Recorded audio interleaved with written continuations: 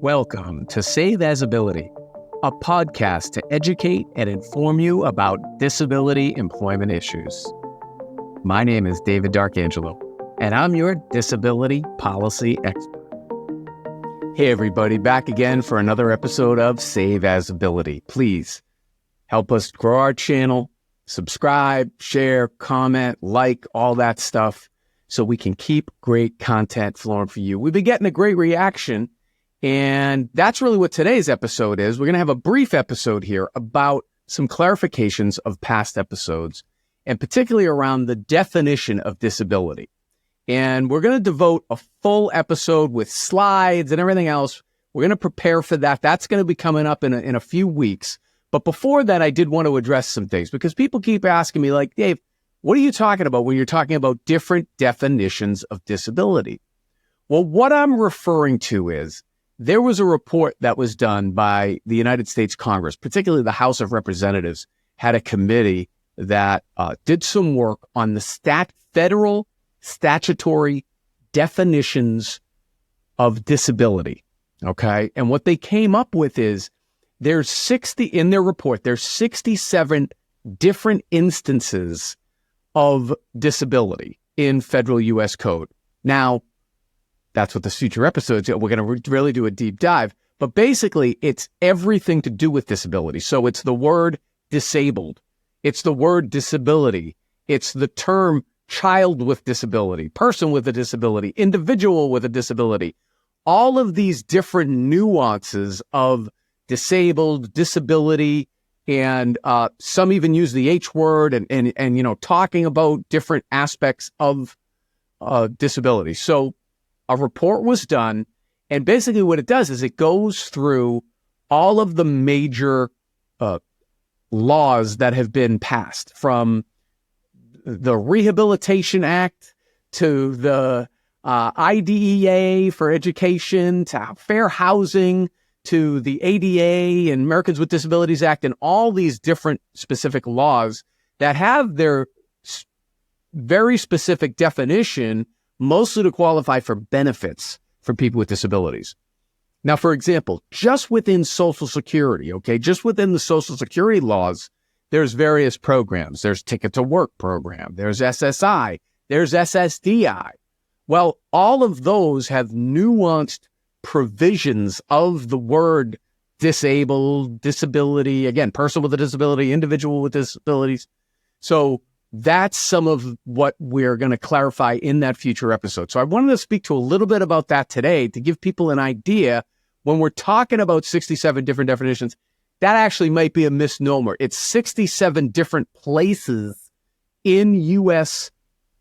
statutes that the word disability or disabled or, these different aspects look at it. And so, but again, I principally relates back to there's three main things. One, to consider, the Americans with Disabilities Act is really meant to be a very broad definition. Why? Because what we're trying to do is we're trying to protect anybody who may be a person with a disability. So it's really like the largest measure. That's why it has that one of the reasons why it has that three-pronged definition, because we're trying to make sure everybody is included so that they don't get discriminated against because of their disability. Remember, ADA is federal civil rights law.